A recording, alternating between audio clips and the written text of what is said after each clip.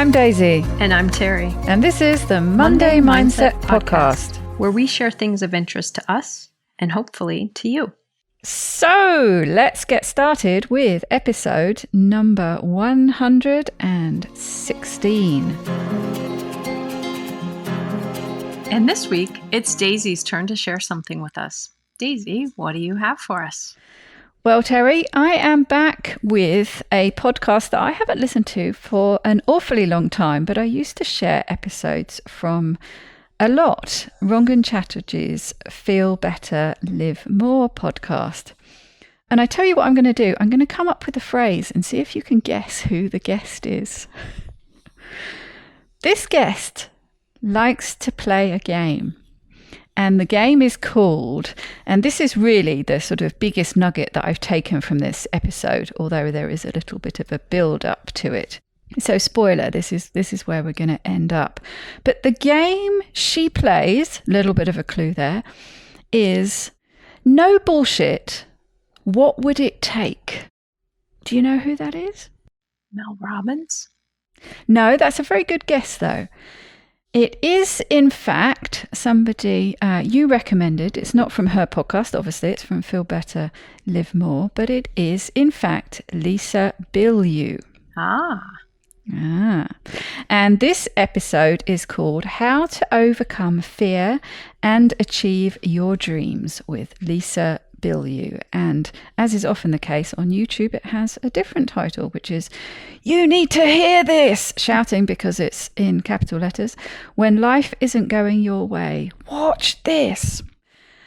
So Lisa Bilyeu, you have talked about her a bit before, so I won't go into great details about her, but briefly, she is the co-founder of a billion-dollar company Quest.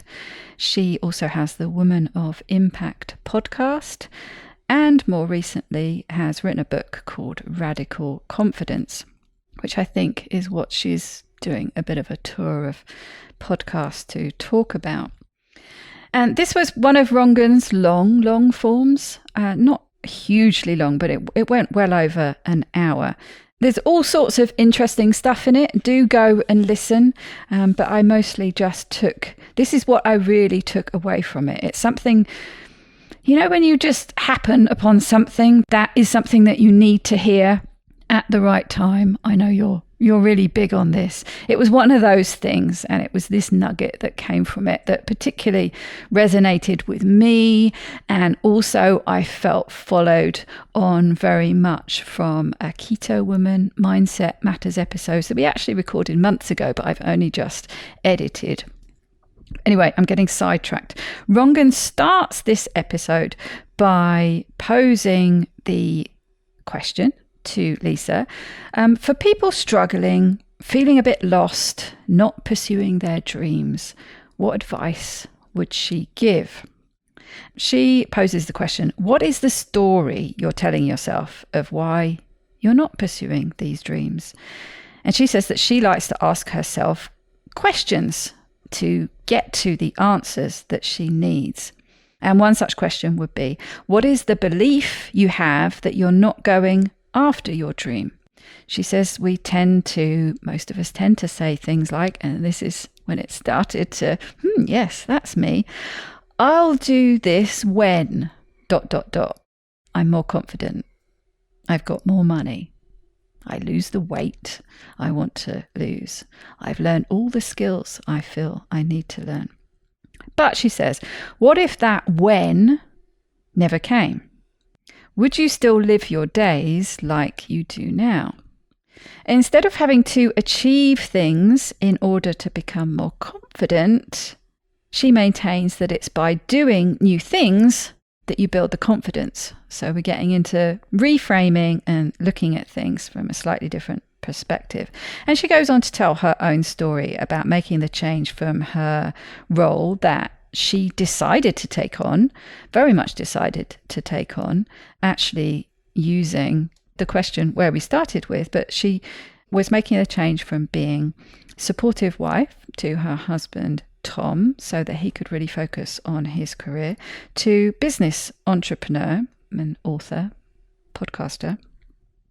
How do you get started when you don't feel confident? And so on. All these other things, this, when I, this, that, and the other. And she says that she decided to embrace her insecurities, the things that you feel you can't do, the things you feel are lacking, and just move forward anyway. She says it's in the action that you build the competence, and then confidence becomes the byproduct of taking action. And I've talked about examples from my own life where this has certainly happened. And I know you've often been in there in the background, sort of nudging me. But just at some point, you got to just start doing it and learn as you go and build the competence as you go, and confidence in what you're doing will follow. But as I think both of us here, probably daily, and it's certainly something that I've said myself, when I've lost X amount of weight, then I'll do Y, whatever it is. And you were talking about this in some of your summer videos that you'd recorded for TFM that I was editing. And I know you were talking about this, urging people not to be held back by that. I'll do this when, but, do some of those things now. Enjoy those things now. But she says, it can be confusing because how do you hold two competing ideas in your head and still move forward? So yes, you might need to lose weight, but you can also be good enough as you are. And on the surface, these two are conflicting with each other. But she says she urges you to think along the lines of who I am right now is great, but I can still hold myself to growing, changing, learning, and pursuing the transformation I'm looking to make. And she says it's all comes down to changing your mindset in such a way as to trigger action. And then the doing will start bringing about that change. And you can and should keep loving yourself for who you are whilst also pursuing change or progress towards your goals. She says that more often than not, we tend to think of who we are today as defining who we are, but this will hold you back. Who you are today, she says, doesn't define who you can be, but it's still the foundation of where you're starting from. And they get into a discussion and sort of summarize it by saying, the first step is that you need to accept who you are now, but then also be open to who you can be if you start taking action. It doesn't define you, who you are now. It just describes where you happen to be right now. Who you are today, she says the way she looks at it, is just an accumulation of all you've done up until this point. But using that logic, that means that everything you do from now on is going to accumulate to the person that you're going to become at X amount of time down the line. She says that she likes to attach her identity to this growth and change and the missteps and the falls that she has, but it's all about moving forward. And she says that she has taken on the identity of a learner rather than somebody who needs to be right. And they get into a bit of a discussion about how if more people took on this mindset, what a good thing it would be, if we focus less on being right, about ego protection.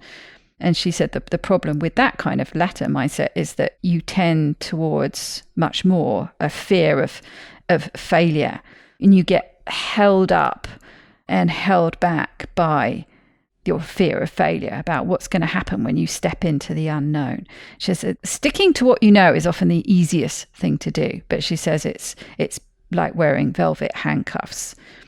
But a learner steps into the unknown despite their fears. What can I learn from this? Always curious, and you drop your ego when you make mistakes because it's part and parcel of a learner identity. So a lot of those things fall away, and it's quite freeing, she certainly found.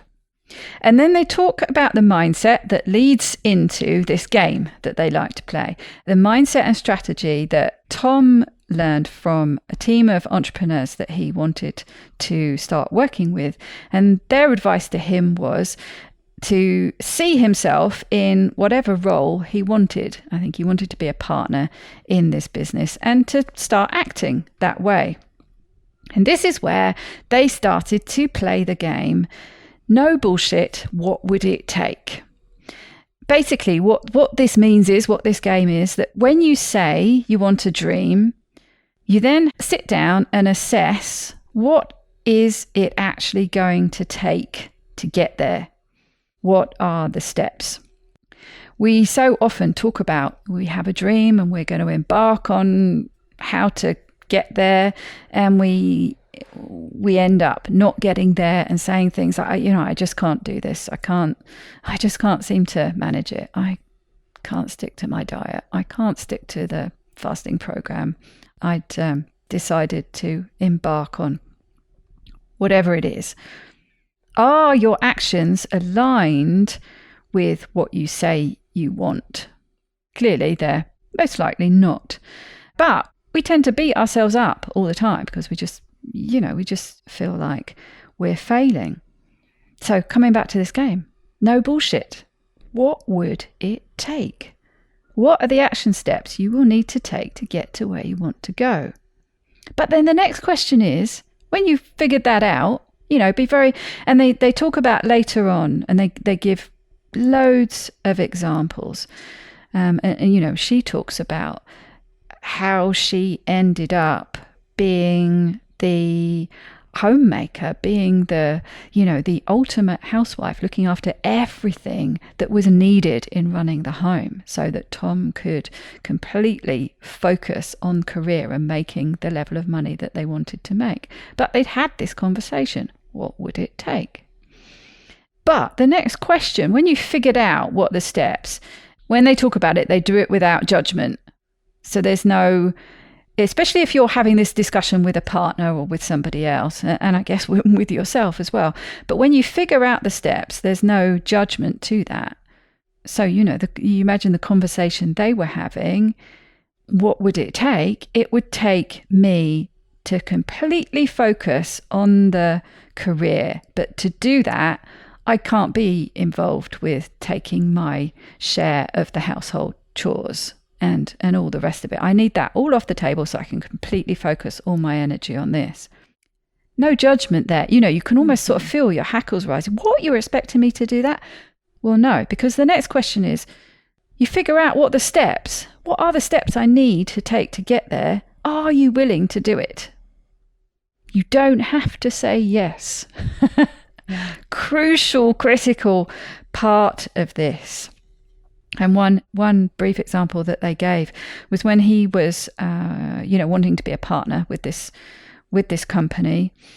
What was it going to take for him to be a partner? And one of the things that he figured out, she was like, I'm not entirely sure why, but he figured out that he needed, if there was a business emergency, he needed to be able to get there within 7 minutes. Why 7 minutes? She wasn't sure, but that was what it was. And they currently live 30 minutes drive or whatever it was away. And so they moved so that they were within 7 minutes. What would it take? This is one of the things it would take. Are we willing to do it? Yes, we'll do it. And I guess as you go, you need to keep reassessing. She says that we tend to maintain what started or should have started as a temporary sacrifice. So going back to her situation where she agreed to this plan, she was going to be, the supreme running everything in the household so that he could absolutely 100% focus on his career at that point. And she talks about how it was difficult, but in the early years, year 1, year 2, she used gratitude a lot to help her get through that. And, just reframe things, see things from a slightly different perspective. But she said by year 8, she was really starting to struggle, and that gratitude process was starting to become a bit toxic. Her voice was saying, well, shut up and be grateful already. This is what she'd been practicing. This is what she'd been modeling all this time. She says that often people will make a change when they hit rock bottom. She says, but what happens if you don't hit rock bottom? And she calls it the purgatory of the mundane. And that's going back to what she mentioned about sticking to what you know is a bit like wearing velvet handcuffs. And that's basically where I stopped taking notes. My biggest takeaway, and something that I feel I need to apply to myself, and obviously you can apply it to anything. For me, at the moment, the way it really resonated with me, I've been stuck for a good few months now in, not a great frame of mind. My mood's not been great, depressive period, and although I don't have all the answers with how to fix that, there are steps I know I can take to at least improve it. So when I heard this, I thought, yeah, this is a game I need to play with myself. No bullshit, and no judgment. What would it take? I might not have all the steps, but I know what some of them are. What would it take? Are you wanting to start doing them?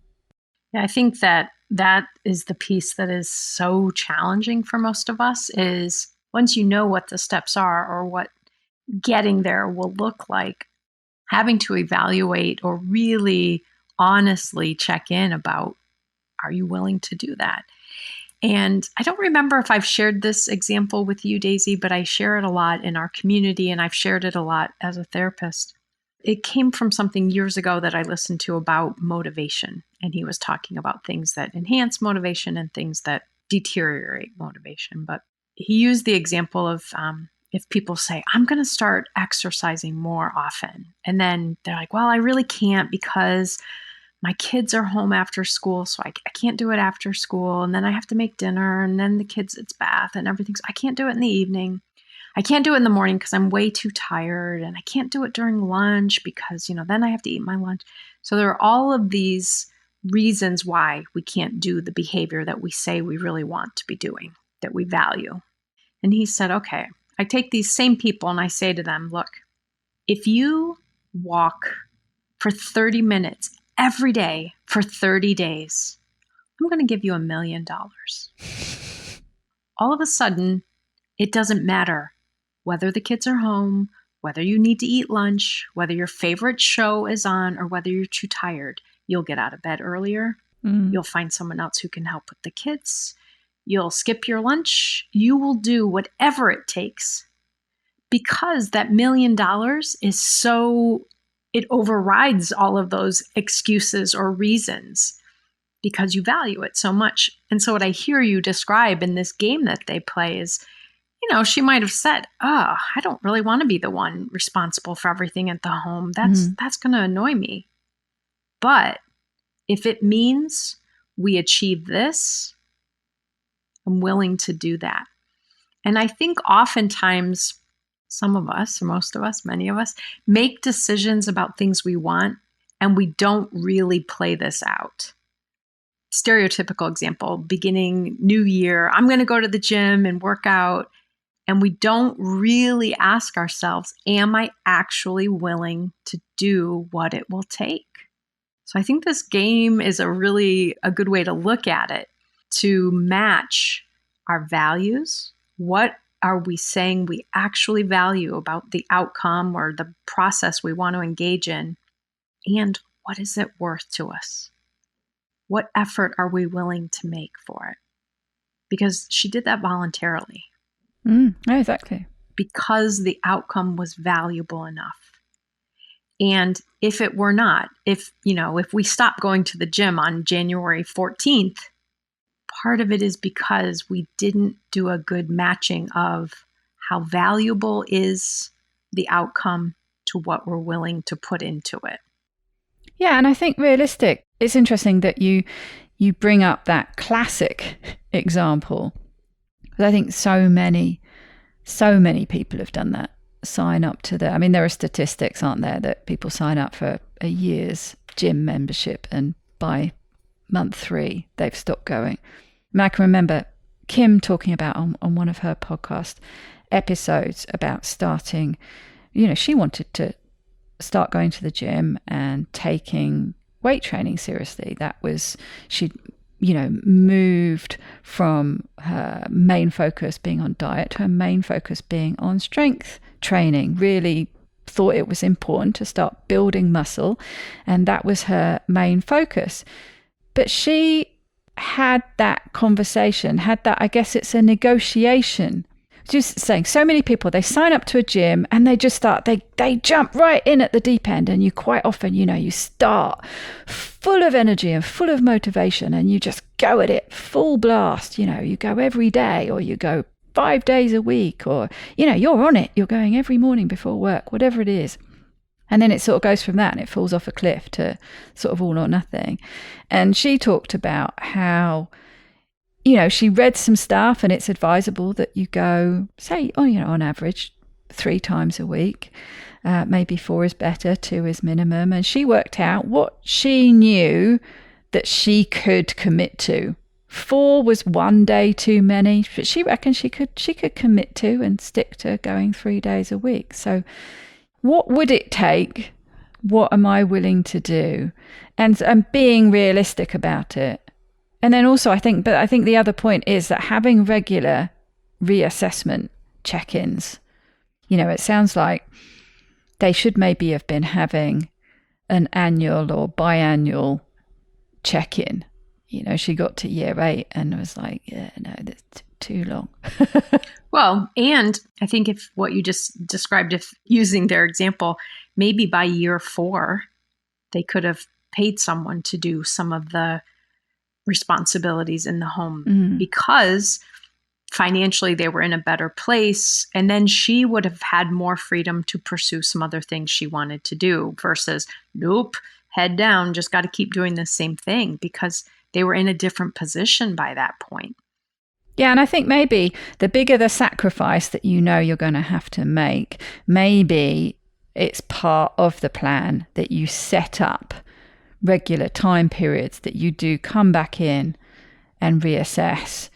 Where are we at with this goal that we're working towards? Mm-hmm. Can I still keep maintaining what is challenging or, do we need to change it? And maybe I can step it up a gear. Maybe it's easier than I thought it was going to be and I can go a little bit harder. Or maybe, actually this is starting to wear on me. We need to have that conversation. We need to play that game again. It also, I think, ties in, I think, a couple other people you and I have talked about in their messaging.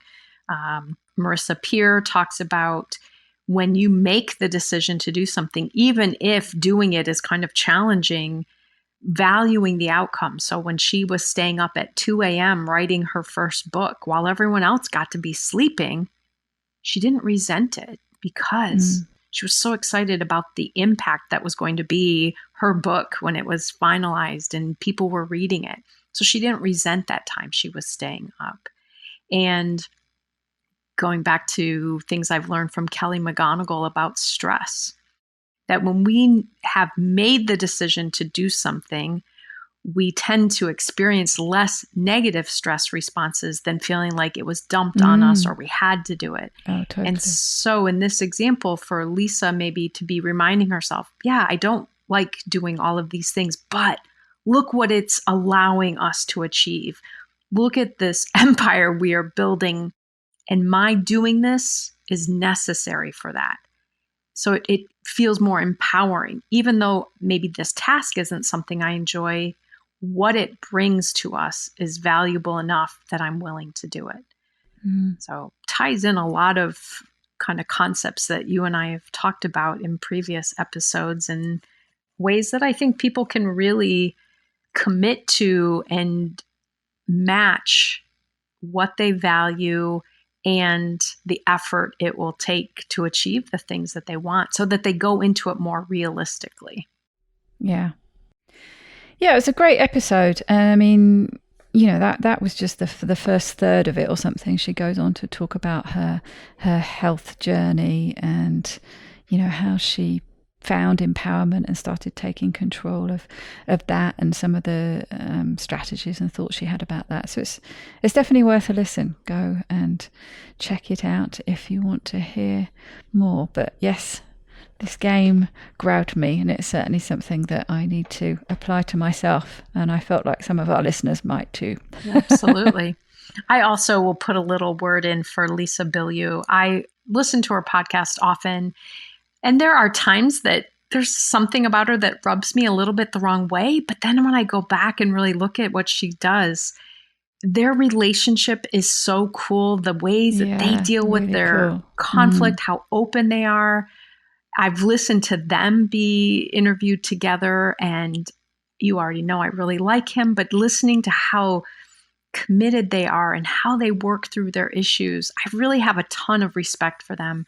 Follow them on social media, and they're very focused on success and entrepreneurship, but also on quality of relationship and respect and love. So I have a lot of positives about Lisa and Tom Bilyeu, just in all that they represent.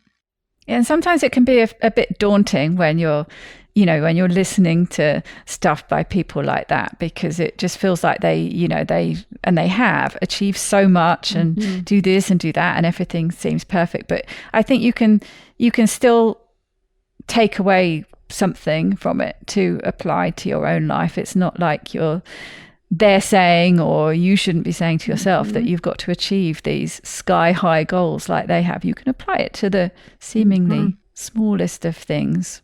It helps me to hear people like that too, when you recognize they struggle with some of the common day-to-day things that we struggle with. Did one of them leave their socks on the living room floor? And you kind of think, once you own a $5 million home, who cares if they're, someone must be coming and picking up socks after you. But to hear even they have these normal day-to-day stressors and relational challenges. So I've really enjoyed them overall. So this was a fun episode. Great. Well, you know what games I'm going to be playing this week? I did actually practice the the shopping list memory game just before we started recording, and I did get all 11. But what I figured out was actually I went down, and I do need to know how many as well, because I realized I'd done what I did the other day, and I'd skipped a couple. But when I counted them off on my fingers, that was enough of a trigger for me to go back and find the ones that I missed. Which is probably really important too if you use that same scenario we described using like the body parts. Well, it makes a big difference. Do you need 6 items, so you only chose 6 body parts to put items in, or others? So combining triggers, that's the key for me. But I got them all. Very good. Okay, well, until we reconvene next time, I hope you all have a very wonderful week. And have fun playing No Bullshit. What would it take?